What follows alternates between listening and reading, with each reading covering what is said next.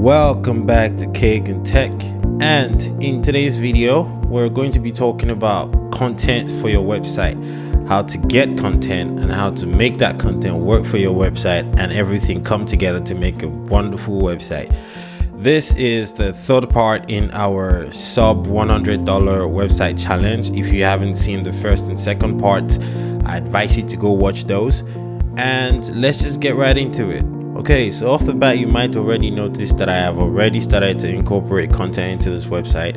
I have already also removed all the lorem ipsum default text, and I have actually written proper content for the website.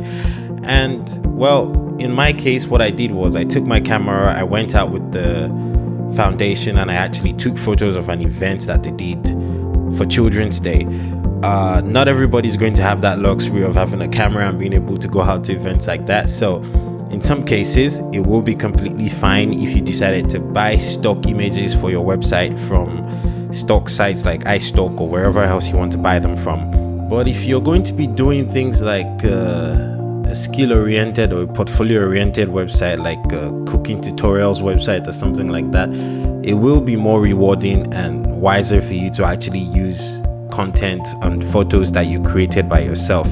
And what I mean by that is it makes sense for you to say, okay, this is how to cook a Nigerian red stew, and then you make a red stew and you take a photo of that. It's going to be a bit shady if you actually went on the internet to go and buy a photo of red stew and use on your website. It doesn't really send the right message to your audience.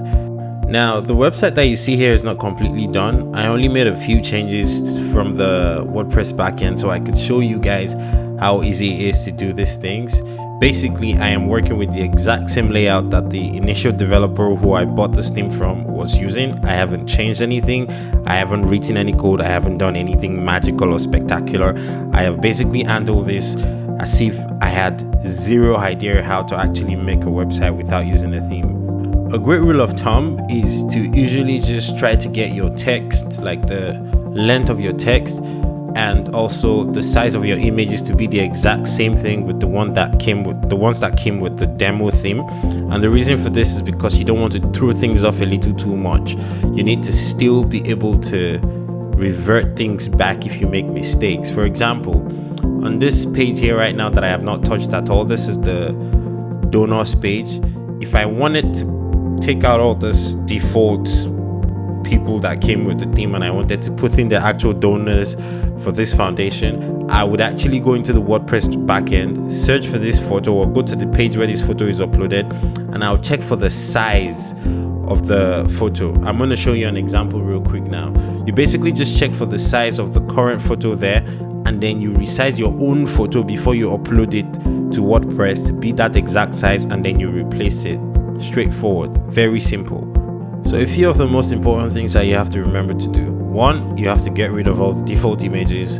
You shouldn't go on Google to steal images. That's not going to help you, and that might actually get you in trouble. You should get your own images or buy stock images.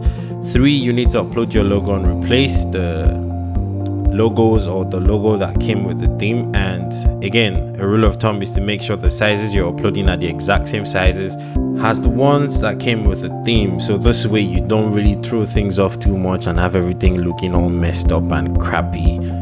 A perfect example, like I said I was going to show you, is this news and events section where I have the volunteers uploaded. The photo of the first girl in this volunteer section, as you can see, actually all the photos of all the girls are 400 pixels by 300 pixels. So it makes sense that I would, if I wanted to replace this image right now, I would resize my image before I uploaded it to WordPress to be exactly 400 by 300 pixels, and then I wouldn't have any problems with sizes and images and text jumping up and down. And of course, you have to remember to write very, very compelling text. Also, your blog should be full of life and vibrant and contain a lot of great content. This part could be the easiest or the most difficult part, depending on how creative you are and how your mind works. Thank you so much for joining me for this 3-part series on how to build a website for less than $100. I'm thinking maybe I'm going to do another series where I show you how to actually optimize these websites for search engines and do some light search engine optimization work. Let me know in the comment section if you'd like to see that. It's been Kagan, and have a fantastic day.